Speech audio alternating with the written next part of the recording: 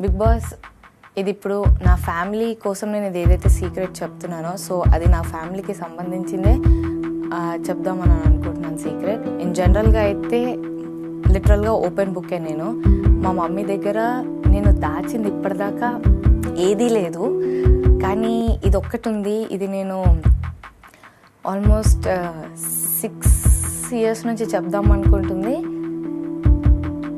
నేను చెప్పలేకపోయాను. Thank you. ఇప్పుడు నేను అది మా మమ్మీకి ఈ 6 years నుంచి ఇప్పుడు ఇక్కడ ఈ ప్లాట్ఫామ్లో నేను కన్ఫెస్ చేయగలుగుతున్నాను అంటే కొంచెం టెన్షన్గా ఉంది. కానీ నా సీక్రెట్ ఏదైతే ఉందో ఇది straight away to my mummy.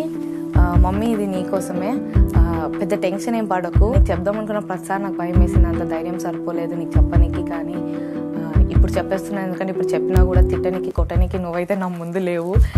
ఏదైనా అయినా కూడా బయటకు వచ్చిన తర్వాత కాబట్టి ఇప్పుడు నేను చెప్పేయచ్చు.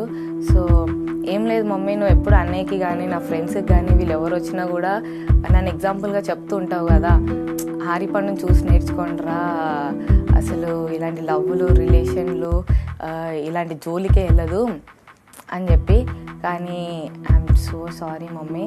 2 years బ్యాక్, అంటే ఇప్పుడు లేదు, 2 years బ్యాక్ నేను రిలేషన్లో ఉండే ఒక అబ్బాయితోటి 4.5 years రిలేషన్లో ఉండే.